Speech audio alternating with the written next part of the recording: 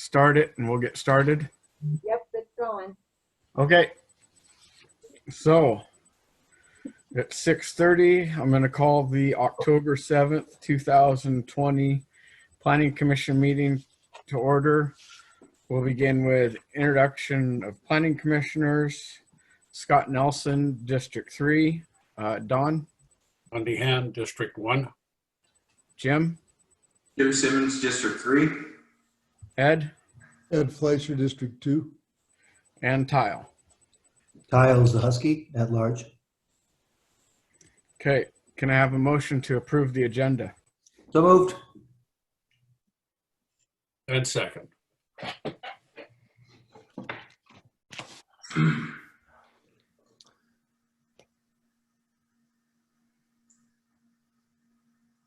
Okay.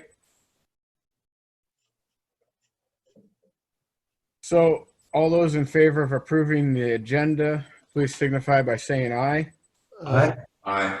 Opposed? Okay, motion carries. And we'll go ahead and go back to planning introductions. Donna, you want to introduce yourself? Again, Don DeHaan, District 1. No, Donna. Oh, Donna, sorry. You're muted, Donna.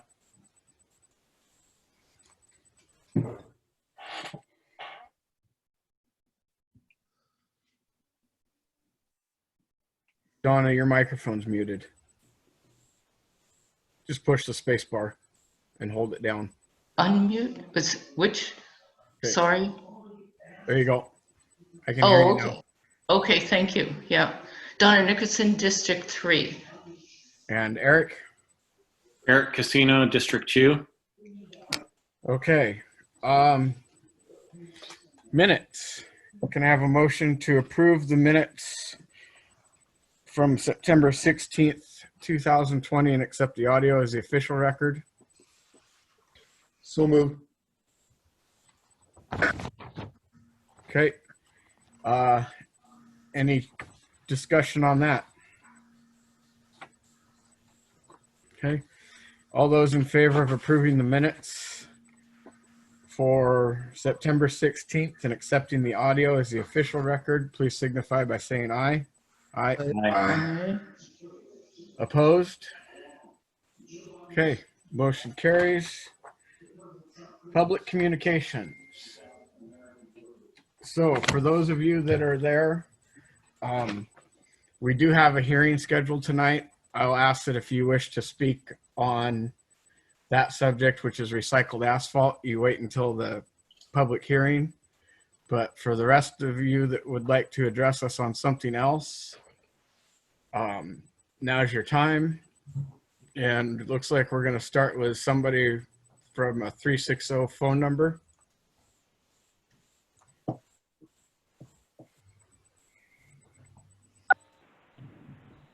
Good evening, Commissioners. This is Christy White from the Delphi Valley. I wanted to just reiterate my written comment regarding the setbacks for resorts and retreats, and ask that you look at option 1 and adopt option 1. It is the most conservative of 500 feet setback from residential properties. Again, I think that's a very fair setback given the size of the property and allows for maintaining residential rural character. It adds to protecting the environment and maintains property values for residential rural owners. Also, I wanted to ask that for when the public hearing, I don't think that just the name of the residential and retreats and stuff, proposed regulations, really gives the public enough information that setbacks are involved from residential properties. So what I would ask is that when the public hearing is held, that in the subject line there's a little bit more information. So as you can see, I was the only comment this evening, and I don't think that everyone realizes what the impact is for those folks who surround 100-acre parcels. So those are my comments for this evening. Unfortunately, I won't be able to stay for the public hearing at 7, so I guess I can't make my comments about that. So that's all I have for you this evening. Oh, one other thing, kudos. I love how the comments are being presented on the website, summarizing the comments, you know, in a grid. Also putting the full emails from folks, just the format and identifying them out on the website for the meetings, I think is a real nice way of presentation so that folks can really be informed. So thank you, staff, for all of that. All right, that's all I have for you this evening. Thank you. Okay, that's the only hand raised. Is there anybody else?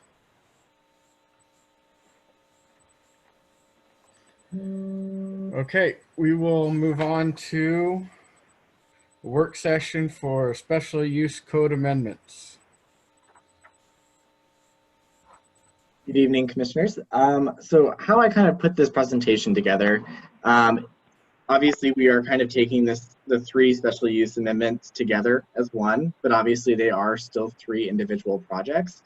And so how I put the presentation together more or less follows how the previous one was set up. So the first one, we will go into daycares, and then there'll be a motion that follows to set a public hearing, and then essentially all the way through resorts and smokehouses as well.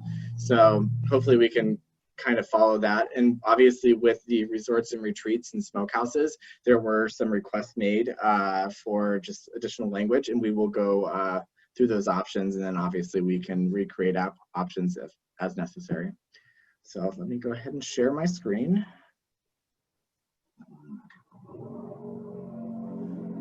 Can everyone see the screen?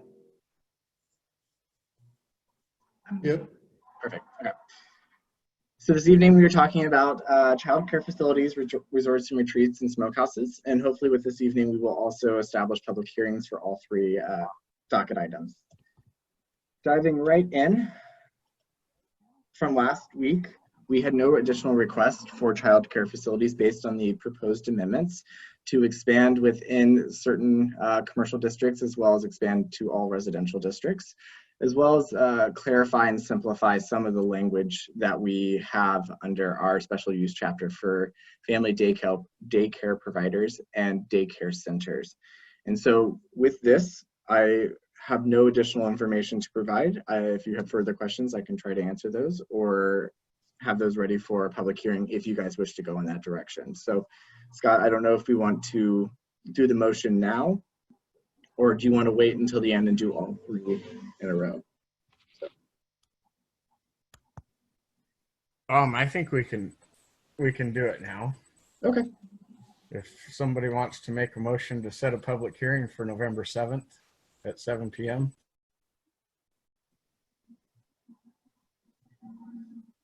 I'll move to set a meeting for a public hearing on 8/20 for November 7th at 7 p.m. I'll second. Okay, any discussion? Do you mean November 4th? I don't know. I'm reading what's on the screen. Yeah. November 4th, I'm sorry. Oh, okay. November 4th. Dates, so many dates. Thank you. Okay. Any other discussion?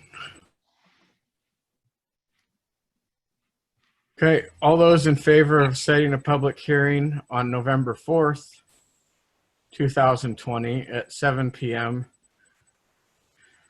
on the Development Code docket item A20, permitted child care centers, please signify by saying aye. Aye. Opposed? Great, motion carries. Next one. Moving on to resorts and retreats, we had one request from a commissioner to look at additional options for setbacks for resorts and retreats on parcels larger than 100 acres. And so what staff did was make some amendments kind of with the direction that we were receiving from the commissioners. And we can obviously tailor those in any way you'd like. So the first option that staff proposed was change the minimum setback from 100 feet to 500 feet. Option 2 kind of carried along that 500 feet, but allowed for some flexibility for resorts and retreats that wish to utilize a buffering or landscape screening method and allow them to drop it down to 250. And that would only be allowed if they complied with the landscaping and screening section of Title 20. And the third option is just maintain the existing code language as proposed. And so if you have any questions, you can dive right in, or A quick question. What is the setback for non-residential properties? for non-residential properties. Adjacent to non-residential properties. So I believe based on some of the special use standards, it depends on the special use. And so currently with resorts and retreats today, it is 100 feet. And the applicants proposed essentially carrying over that standardized setback language to the properties that are 100 acres or more. And so residential will have its own setback, and I think it depends on the type of use and if it's special or commercial or ag. So there's a few variations, and I can look into that further and provide that to you at the public hearing if we wanted to do that, or whichever course you wanted to take.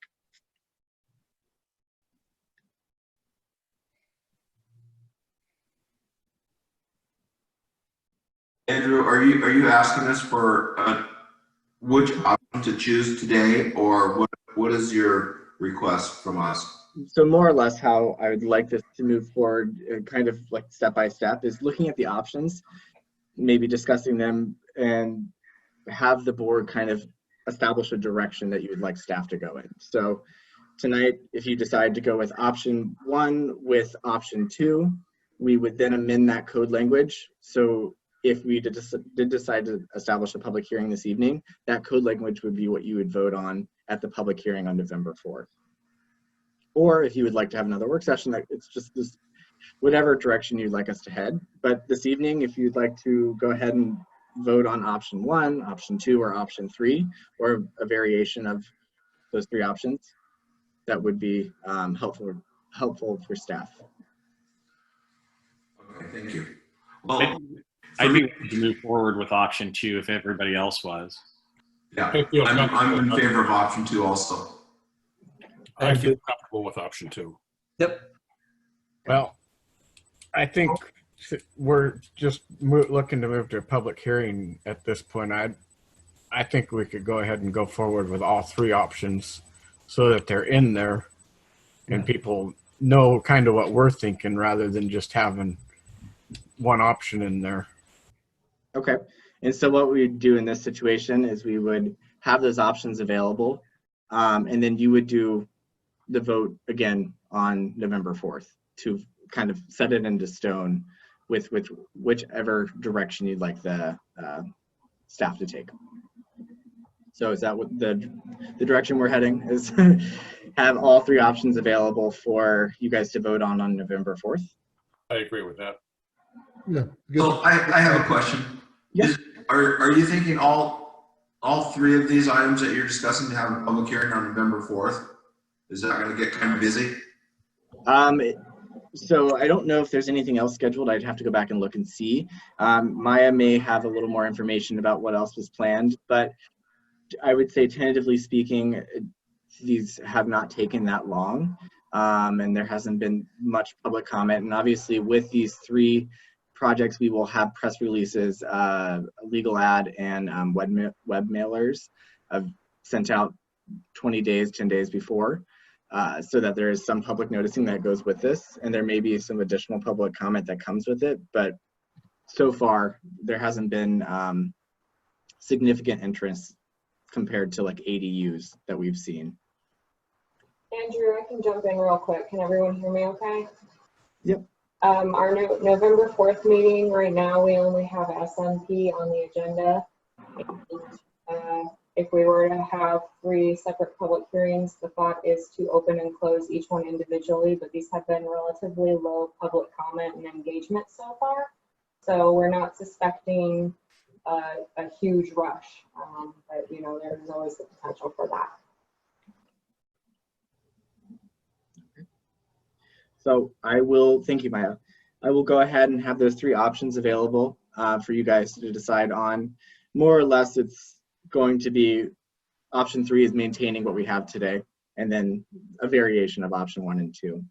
So I've also provided the motion with obviously the November 4th date, not the November 7th as stated on the chart. So if anyone would like to go there. I move to set a public hearing for November, is it 4th or 7th? 4th. 4th, 2020 at 7 p.m. or sooner thereafter on Development Code Docket Item CR1, Resort and Retreat Facilities, to consider amendments to the Thurston County Code, Section 20.54, to create 2 subsections and incorporate new standards on resorts and retreat facilities over 100 acres. Second. Okay, it's been moved and seconded. Any other discussion? Okay, those in favor of setting a public hearing for November 4th on Development Code Docket Item CR1, Resorts and Retreat Facilities, please signify by saying aye. Aye. Opposed? Motion carries. So jumping into smokehouses, there were 3 items that were requested of staff. The first item was looking at expanding smokehouses to commercial and industrial zoning districts. And so what we did is we did exactly that. We provided the option, same with the proposed residential districts, to allow the zoning districts within the LI, RRI, PI, NC, RCC, AC, and HC as a special use permit with the authority with the hearing examiner. And so here again, option 1 would be to expand into those districts or a variation of those districts, or option 2 would just be maintain the existing proposal with just the 5 residential zoning districts.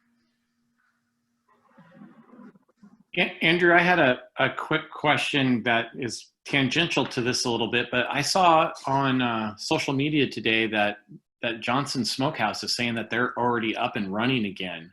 Does that impact what we're doing here, or is there even a reason for us doing this now? So what they are doing is they're following the home-based business path, and which limits their size to 4,000 square feet. And so this will allow them, in the event that this goes through, to expand their facility and allow for a little more options and variations than what would be allowed as a home-based business. Okay, thank you.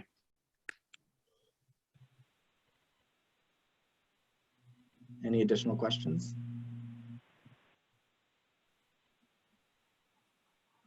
I assume under the option 2, where it lists all the zoning districts where you have R1/0, that's really R/1/10, right? 1 and 10? Yes. Oh, wait. Yes, thank you. Sorry, I don't know how that happened. Yes, you're correct. Everything that's shown in the chart is essentially what would be carried over. Okay. So does it make sense to once again show all of these at the public hearing? Okay. Sure. What comments we get? Let's see what the comments are. Yeah. Okay. So I will provide those options with the proposal at the public hearing. And we have 2 more, and I assume we'll follow suit with those as well. The first was on-site sales. In on-site sales, it's pretty straightforward. We either allow on-site sales or don't allow on-site sales. And then same with maximum employee. They are proposing to limit the amount of employees to 16. The proposal would be to maintain that. Option 1 would be to remove that limitation. And so if you guys have further questions on these, I can be happy to answer those. if not, I can provide those to you on November 4th at the public hearing to officially vote on. Okay.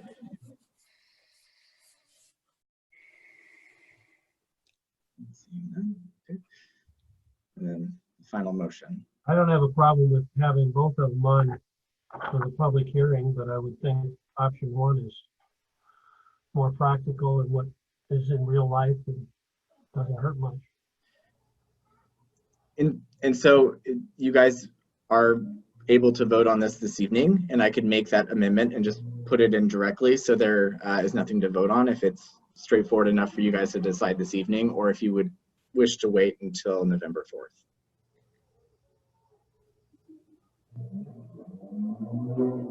I think continuing the theme of having all the options available for the public hearing, and then we vote on which option we choose after the public hearing is still the way to go, as Scott suggested. Okay. And then that's it for the requested changes. And then now into the motion if we wish to go that route. So would somebody like to make a motion? Okay, I'll move to set a public hearing for November 4th, 2020 at 7 p.m. Well, we have all, oh yeah, okay. Or soon thereafter on Development Code Docket Item CR4, Smokehouses Special Use Standards, to consider amendments to the Thurston County Code Section 20.03 to incorporate new definitions for commercial smokehouses, Section 20.54 to incorporate commercial smokehouse development regulations. I'll second. Okay, any other discussion?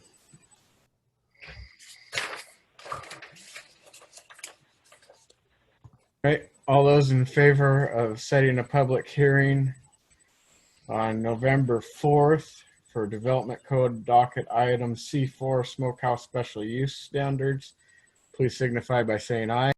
Aye. Opposed? Okay, motion carries. Thank you. And I will see you guys on November 4th. So we're a little ahead of schedule. Jennifer, do you have any staff updates? Sure, just a second. Okay. I have one, and that is that the mineral lands recommendation has been forwarded to the Board of County Commissioners. We had a briefing with them, gosh, was it October 1st? It seems like very recently, on the whole 2020 comp plan update. So the board has started their review of that, including your recommendations. And we have a follow-up briefing scheduled with the board on October 15th. And it's a daytime briefing, and Maya can remind me what time it is, but I'm sharing that with you because, Scott, you would have the opportunity to join that briefing or designate someone from the Planning Commission to join that briefing. You don't have to, but the reason is that the PC recommendations moving forward were very specific to a few options, as you recall, and staff recommendations differed slightly on option A, about co-designating with long-term ag, and also on option F related to the long-term forestry de-designating those parcels. We're actually recommending to the board that all options move forward to public hearing. And so anytime that staff has a slightly different recommendation than Planning Commission, according to Planning Commission rules of procedure, we make the opportunity available to the chair or one of your designees to attend the meeting where that's going to be discussed. So you can sort of, you know, talk about your own perspective. So Maya, can you remind me what the time of that October 15th board briefing is on mineral lands? Yeah, it starts at 10:30 and it goes until 12:30. And it's virtual, so we could send whoever wanted to attend, if anyone does, the Zoom. Yeah, I should be available that day, so I'll try to carve out some time if I get the reminder. Yeah, we'll definitely send you the Zoom. We'll put that out to you tonight or tomorrow, Scott. So it's on your calendar. And I think they were also briefed on accessory dwelling units, and we're going to have a follow-up with them. No, we're setting a public hearing, and they have some follow-up information that they're seeking. The public hearing has not yet been set, but we are moving forward to have them set that for later in the fall. So we're moving along on ADUs, and I think that's all I really had an update on.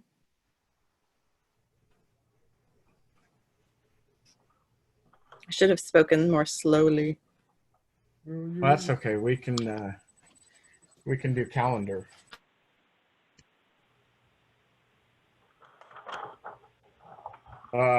Is there anybody that is not available on October 21st?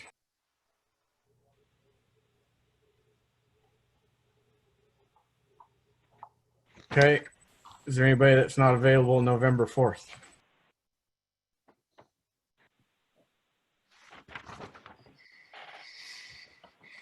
Okay, sounds like we've got some people for those 2 nights, specifically November 4th. If something changes and you aren't going to make it, please let Polly and or Jennifer know, just to make sure that we got enough people for the hearing. And with that, we're a couple minutes early, but I'm guessing it'll take us more than 3 minutes just to get to the public hearing. So I'm going to start the process. So today we're holding a public hearing on comprehensive plan docket item CP11, recycled asphalt policy amendment. This is a proposed amendment to policy E5 of the Nisqually subarea plan. This is a virtual public hearing. Those who wish to testify have joined by Zoom, phone, emailed in comment, or mailed comment. If you wish to testify, please choose the raise your hand option. If you are dialing in, press *9 to raise your hand. I will call your name and unmute you when it's your turn to speak. Make sure if you're calling in, you use *6 to unmute yourself. If you have issues speaking or being heard, please disconnect from the Zoom meeting and call 360-972-6785. We do have a timer, so each person will be given 3 minutes to testify. I will call out names for oral testimony. When you hear your name, please unmute yourself to testify. Your time may not be given to another person. When testifying, please provide your name and address for the record, and Polly can go over the timer. Yes, you have 3 minutes, and it'll be green when it starts, and at 2 minutes, 30 seconds, it turns yellow, and then at 3 minutes, it will turn red, which means you're out of time.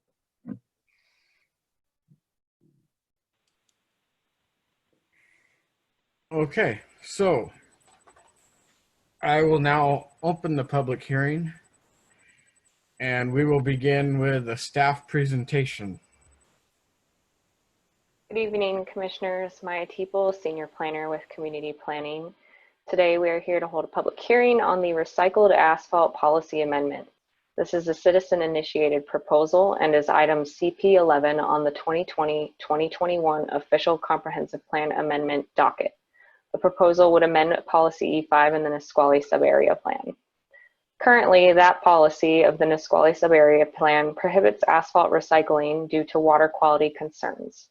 The proposed amendment would change the language of Policy E5 within the subarea plan to allow for asphalt recycling in the subarea. Some of the options being considered as part of tonight's hearing include additional proposed amendments to the Special Use Permit chapter of the Thurston County Code, which is Chapter 2054. I do want to note in the staff report provided as part of tonight's packet to the Planning Commission, the applicant's application for the comprehensive plan amendment and also the environmental checklist was included.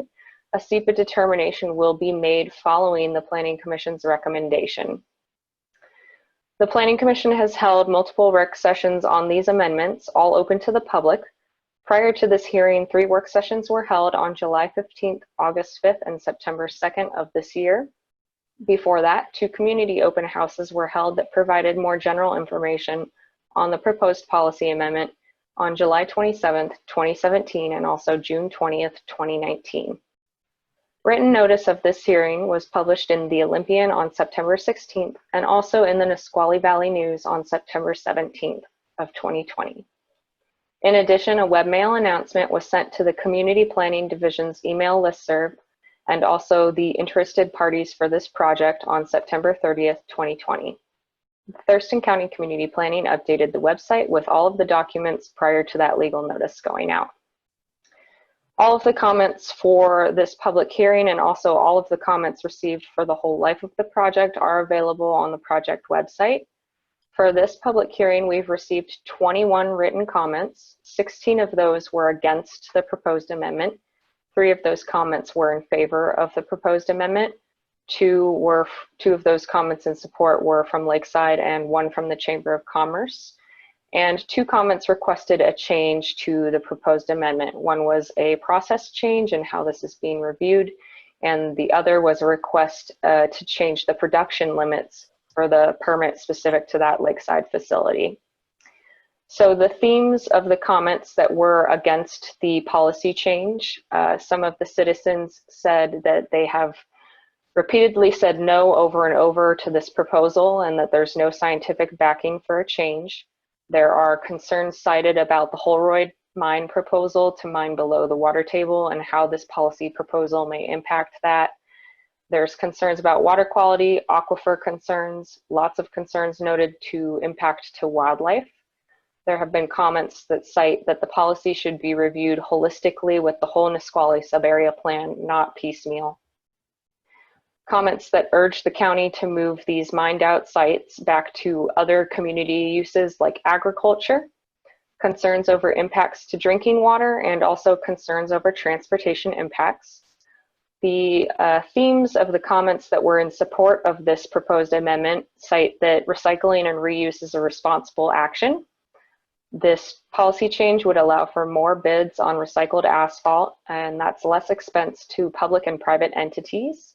That this proposed policy amendment results in less use of raw materials, and then asphalt recycling is sustainable. And finally, that the proposed amendment is consistent with other county plans.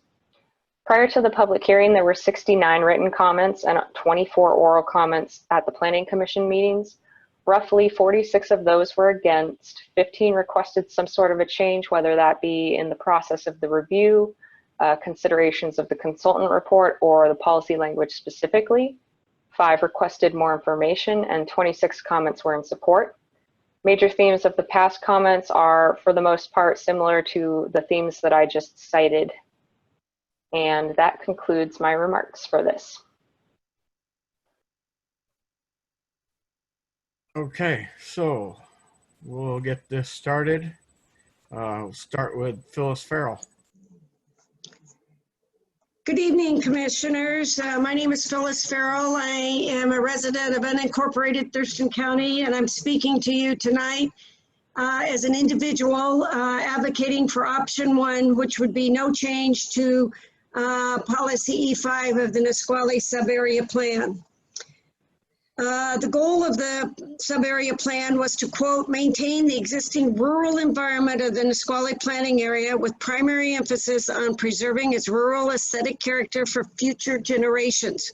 There was a no wrap provision in policy E5 stating, quote, the reprocessing of asphalt shall not be allowed due to water quality concerns. My question is, what has changed in the valley that would warrant modifying the original language goal? Does the goal no longer apply? The population has grown, demands of the water from the critical aquifer recharge areas has grown, climate change is changing the river's hydrology with more frequent flood events, and the river's salmon stocks are in jeopardy. What could warrant risking the potential threat of a flood in the RAP site? Won't the increased truck traffic alter the rural aesthetic character for future generations?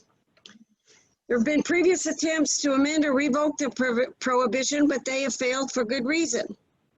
Thurston County successfully litigated this provision against Lakeside Industries in 2004, the court noting that, quote, the proposed asphalt facility would be approximately 2 miles upwind and upriver from the Nisqually National Wildlife Refuge, home to numerous wildlife species and endangered salmon. The groundwater around the mine site is between 4 and 15 feet below the extremely porous surface. The site is also located in the county's Aquifer Protection District. The county has spent approximately $2.4 million to purchase development rights in the immediate area adjacent to the proposed facility to prevent environmental damage. Also, I urge that the Planning Commission advocate for a SEPA before any planning recommendations are made by the Planning Commission. I mentioned earlier that that would be done after your recommendation, but WAC 197-11055 states the SEPA process shall be integrated with agency activities at the earliest possible time to ensure that planning and decisions reflect environmental values, to avoid delays later in the process, and to seek to resolve potential problems. Without the SEPA, the Planning Commission is operating with incomplete information. And I urge the Planning Commission to ask that a SEPA be done before making any recommendations. Thank you.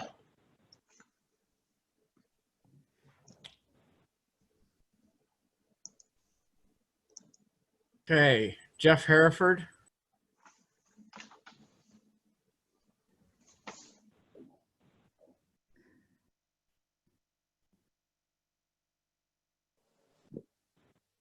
Hello. Yep.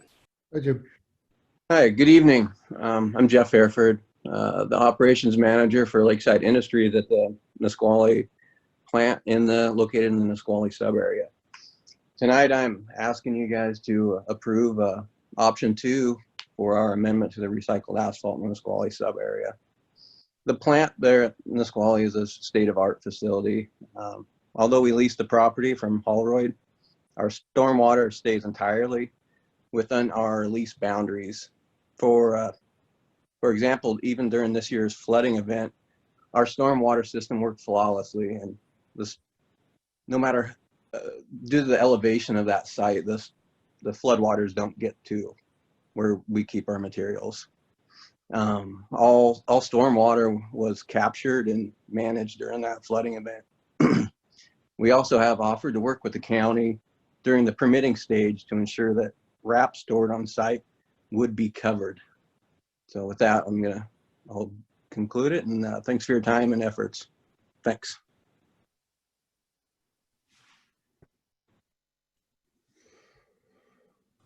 Tony. Can you hear me? Yes. Well, thank you for the opportunity to speak to you today. My name is Tony Hammond, and I'm a regional manager for Lakeside Industries. I've commented before, and we submitted a letter with significant support for this amendment. Today, I'm asking that you approve option 2 for our amendment to recycle asphalt in the Nisqually sub area. RAP is a universally accepted, sustainable environmental practice. To our knowledge, this is the only plant anywhere where the use of RAP is prohibited. This amendment would allow us to apply for a permit to recycle at our asphalt plant. And thank you again for your time and your consideration.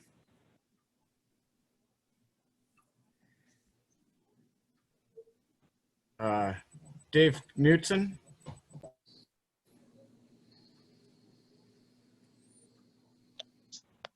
Sorry about that. Evening. Name's Dave Knutson. I'm the CEO of Northwest Marine Technology, who's a leader in fish tagging worldwide.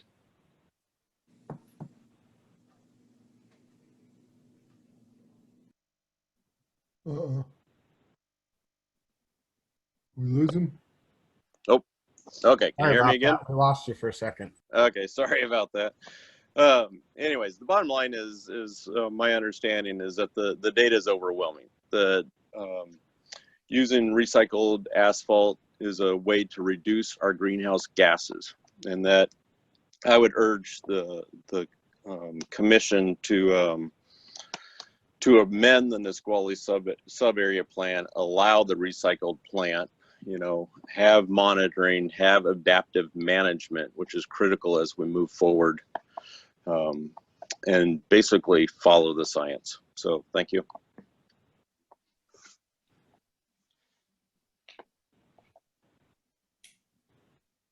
Okay, Doug Ma. Yes, good evening, commissioners. Thank you. My name's Doug Ma. I live at 3718 Kinsale Lane, Southeast in Olympia, Washington. I'm here this evening representing the Thurston County Chamber of Commerce. So thank you again for the opportunity to address the 2021 comprehensive plan amendments regarding resalt asphalt policy.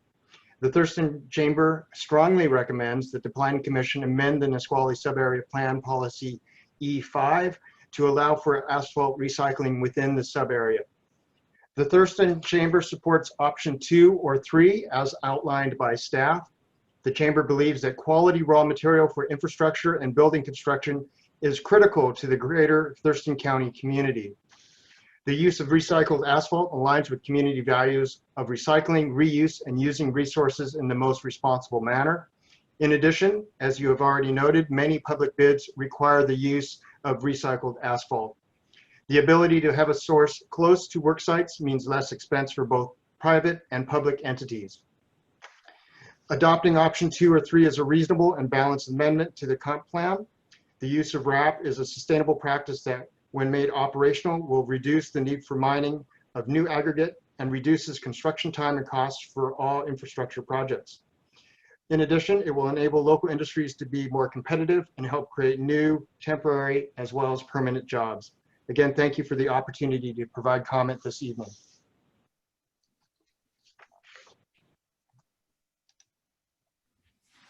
Tim Thompson.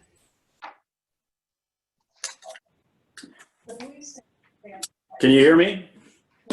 Yes. Okay, thank you. A couple of brief comments. One, I just want to echo the comments of Dave Knutson.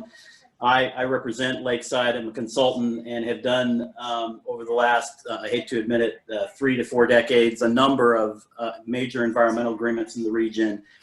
And I would just urge the commission to look at a couple of key facts. One is that science and data should drive this decision. And there are 3 principles that you heard from my good friend David Trout in your previous commission meeting that concentrated on content and data. And what they were, and Lakeside has agreed, is to conduct 3 basic functions to any effective regulatory environmental agreement.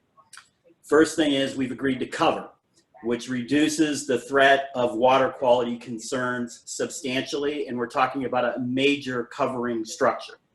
Number 2, monitoring is a principal component of being able to evaluate environmental impacts. Monitoring is ongoing now, and monitoring will go on into the future, and the county can measure and quantify and evaluate impacts. Not theories, not speeches, but actual data. Third major component is the commitment to develop adaptive management standards. And those adaptive management provisions are requirements in all of the agreements, including any kind of SEPA evaluation. And the fact is, if you do that, then the county has the ability to absolutely adjust to data in real time. So I would suggest very aggressively that the environmental risk has been managed. But the second main point that I want to make is that this has been an ongoing process to avoid making decisions based upon the data. And there are many people that wanted to be here tonight, but due to this being an election season and the vice presidential debate that is currently on the TV, I would just suggest a number of our local labor unions who have worked for decades with Lakeside, the International Union of Operating Engineers, the Building Trades Council, the Joint Council of Teamsters, the Laborers Union, have all come out and endorsed this application. In addition to that, we have the business community doing it. But also I would point out, again, scientists with experience, the wildlife biologist in Dave Knutson, Lee Blankenship, who is the leader of the Hatchery Scientific Review Group, has testified in positive. And I would note, since we're making this effort about the Nisqually Delta, there's a building in the Nisqually Wildlife Refuge named after former Congressman Dix. He is on record, and I will quote him and end on this note. Furthermore, as a Democratic congressman who has fought for over 40 years to protect our environment, including the protection in the Nisqually Delta, the Nisqually Wildlife Refuge, and the fish and wildlife in the Nisqually Basin, I urge you to listen to the science and take action to encourage recycled asphalt. Thank you. Okay, Howard Glassstetter. Yeah, I've already, excuse me, I've already made a number of written comments, but I would like to reiterate one comment that I've made. If RAP is allowed, Lakeside has a number of piles of RAP around the county, I assume, perhaps some above the Lacey water supply, even at Giliardi's. I would suggest that since Lakeside and other people say that the product is inert, that this would be a real opportunity to test below the piles as they are removed to find out if there is leaching. One of the things that the Herrera study pointed out was that there needs to be on-site inspection. And certainly if there's RAP piles around the county that have been sitting there for a decade waiting to come into Holroyd site, then this is a perfect opportunity to see if recycled asphalt pavement exposed to wet weather really leaches or not. And I think it would be of worldwide interest for the county and perhaps even the city of Lacey to do this should RAP be allowed. Thank you.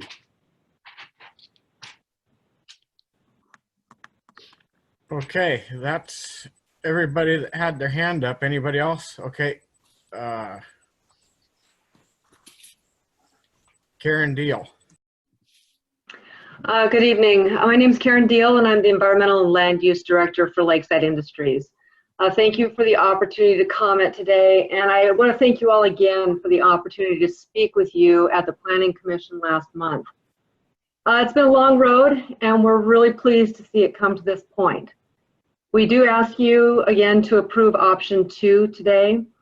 Furthermore, I want to reiterate a statement I made during the Planning Commission last month, and that is, upon completion of this first step of amending the Nisqually Subarea Plan, Lakeside is committed to working with the county staff, the Nisqually River Council, the tribe, and other interested citizens during the next permitting phase to incorporate, as you've heard before, adaptive management principles and conduct groundwater monitoring as it pertains to RAP storage at the Durgan Road site. So again, thank you very much for all of your efforts on this issue.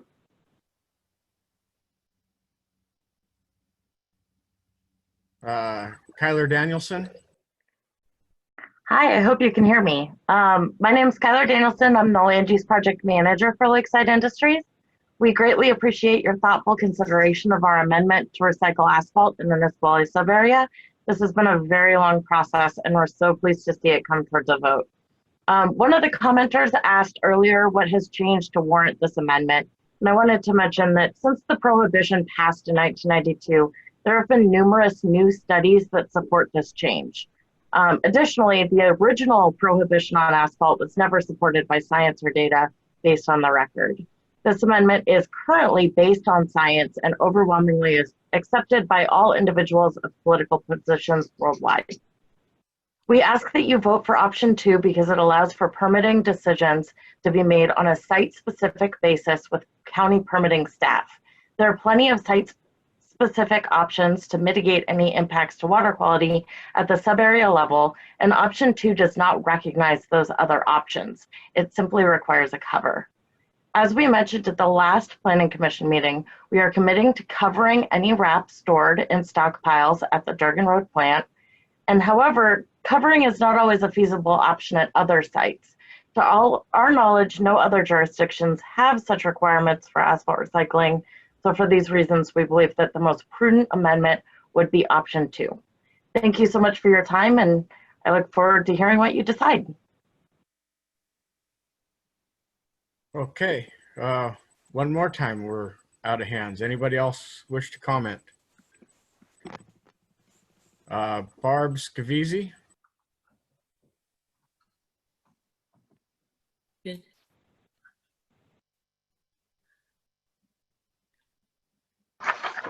Can you hear me now? Yes. Okay. Okay, I'm Barb Scavizzi, and I live in Olympia, Washington, and I just want to voice my opposition to this proposed amendment. And please, I really don't want the recycling of toxic asphalt in the Nisqually sub-area. This is not an appropriate location for this facility. All sorts of things can happen, earthquakes, whatever, that could possibly leach toxic materials into our groundwater. This is an aquifer for our drinking water. It's been deemed a critical area, and it's a huge agricultural area. So I think I'm not against recycling asphalt, but this is not the location for it. Thank you.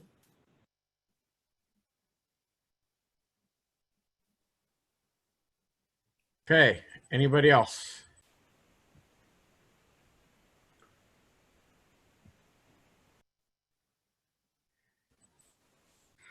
Okay, we don't have any hands up. I'll ask one more time. Anybody wish to speak? Scott, I have someone on the phone who would like to speak. Okay, His name is Dean Smith.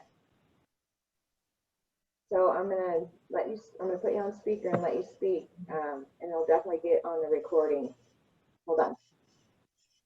Okay. Hey Scott. Hey, my name's Dean Smith. Let me turn my phone off. I'm sorry, I was raising my hand. This is my first time. Anyway, my name's Dean Smith. I'm a lifetime resident of Thurston County. I worked for Lakeside for 42 years. I'm retired. I live at 7711 119th Lane Southwest, Wallow Creek area.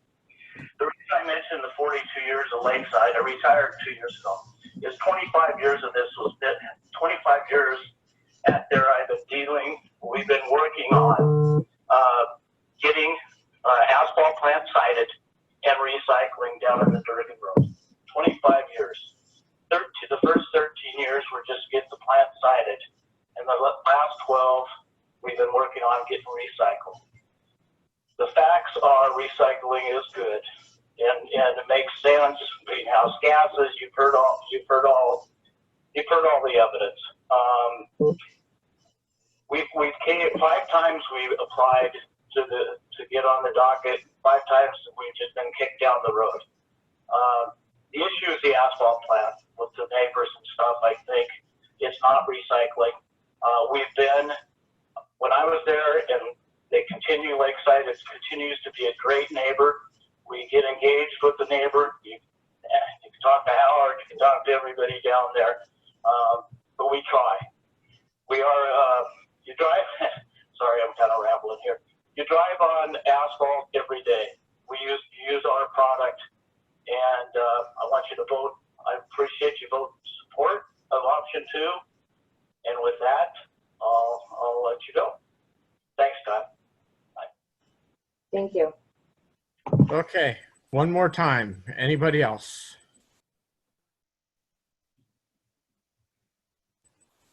Okay, I don't see any other hands going up, so I will close the public hearing, and we will go ahead and move on to our work session. Great. So I do have a presentation, but the PowerPoint is mainly just to kind of queue up the discussion. So I'm going to go ahead and share that screen. Is that all visible now to everyone? Yep. Great. So my first slide is just if the Planning Commission wishes to have any discussion on the comments that they received, either the written ones or the oral ones that were tonight, or regarding the proposed policy amendment language.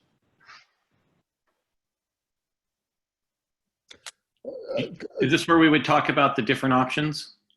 Yeah, and I actually do have the language on some follow-up slides, so if it's easier for me to pull up that language, I'm happy to do so. I've got a question for you.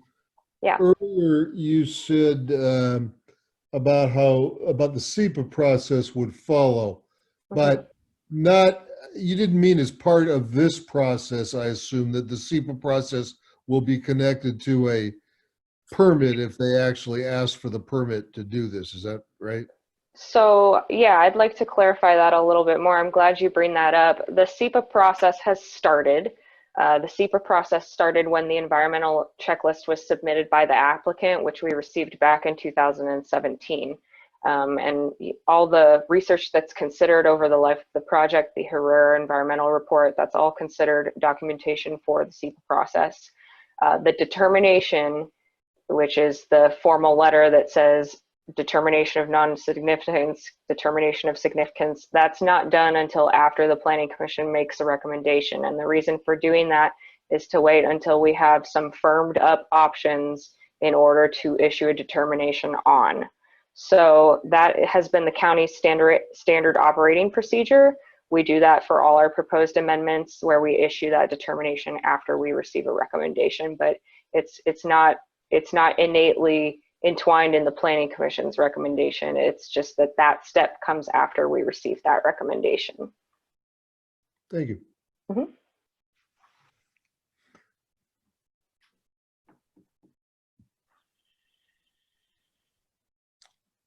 Hey, I'm kind of okay with 2 or 3, but what sort of continues to bother me is the covering of the wrap piles. It seems like when I'm reading this, like in option 2, would not be required under this option, but may still be implemented if operator chooses. Okay, that's fine, but doesn't the covering help quite a bit in all of this as far as the seepage into the ground and all that? Am I thinking right in that, or? One of the comments that you've heard tonight is that covering is one best management practice. That's what we've heard as something from the public comment, is that folks want to see these asphalt piles covered. It's not the only thing that's implemented. So stormwater management controls are another big thing, and how the runoff is managed on site. That's already existing in the Thurston County Code. So we do have some pretty strong stormwater requirements for not only asphalt operations, but mining, extraction, and all sorts of other industrial uses. And that includes covering? Covering is not currently a requirement, but it could be implemented as an option for someone who comes in and applies for recycling asphalt. So if they were to come in under the current code, it would not be an outright requirement. It could potentially be used as a best management practice to mitigate for leachate, but it's not outright required. And the difference between option 2 and option 3 is option 3 would require that covering, specifically the covering for those types of operations in the Nisqually sub-area. If I remember correctly, Lakeside said that they intended to cover, so option 3 doesn't seem like it would be a hindrance to them.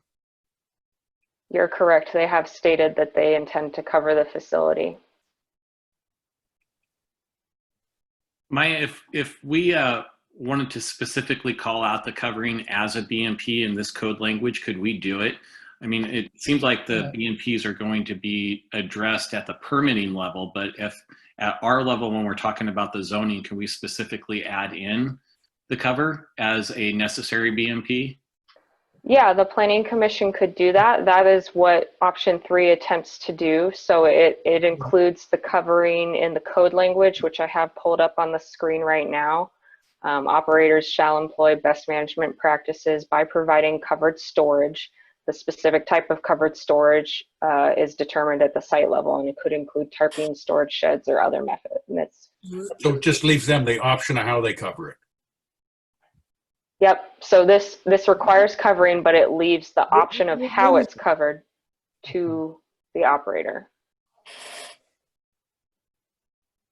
And the policy language for this, the policy language to E5 that is paired with this code language is similar in that it states best management practices are determined through the site level, but could include tarping, storage, sheds, or other methods.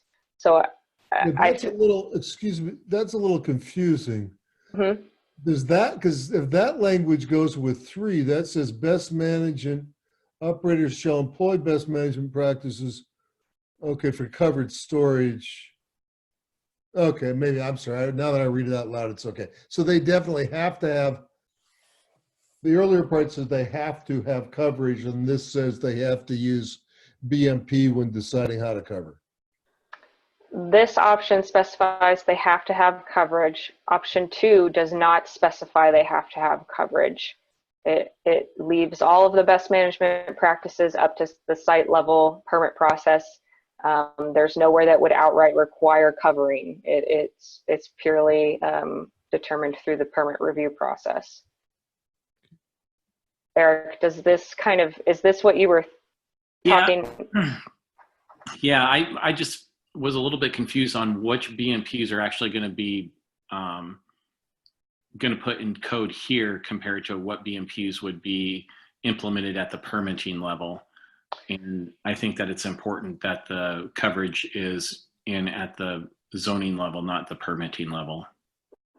Right, and that is what it would be through, it's under the special use permit requirement right now. So it would be implemented at the county code level, not just at the policy stage. And it seems like that everybody would be pretty much well fine with option 3. That would keep Lakeside happy. It's an acceptable compromise for Nisqually River Council and most of the other people. I hope that we can move forward with option 3. Ditto. I go for option 3 as well. Great, so I do have on the agenda the option for the Planning Commission to produce a formal recommendation on this item, and I have that draft language up there if anyone is willing and ready. Well, I would move to recommend approval of comprehensive plan docket item CP11 recycled asphalt policy review, which amends policy E5 in the Nisqually sub area as denoted in option 3. And I'll second. Okay, it's been moved and seconded. Any other discussion?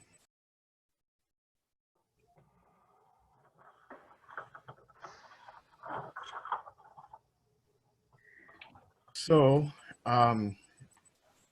Maya, can you put that back up on our screen, please? Yes.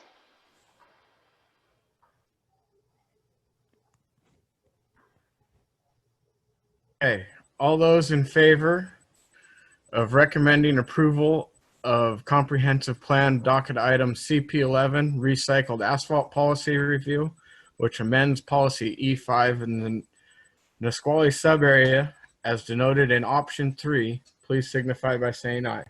Aye. Aye. All those opposed?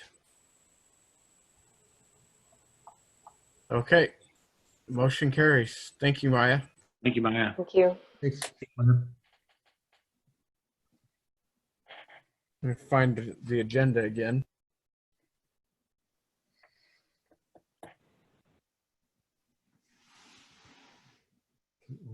I believe that is everything we had for tonight. You've done well. So, does anybody else have anything for the good of the order? Nope. Hearing none, it's I'd be interested to know what's on the docket for next meeting, Jennifer. You'd like to know what's up for the next meeting? Right. Oh, let me look. I know we have a capital improvement program public hearing scheduled for October 21st. I do believe Andy is working really hard to bring, you're not expected to have digested it at this point, but to bring you the updated draft of the SMP and kind of go over what's in that. Those are the two things I know are probable. Well, the hearing for sure and the SMP update. Those are the only two items for the 21st that I have on the agenda right now, Jennifer. Okay, thanks, Maya. Okay, thank you. Okay, you're welcome.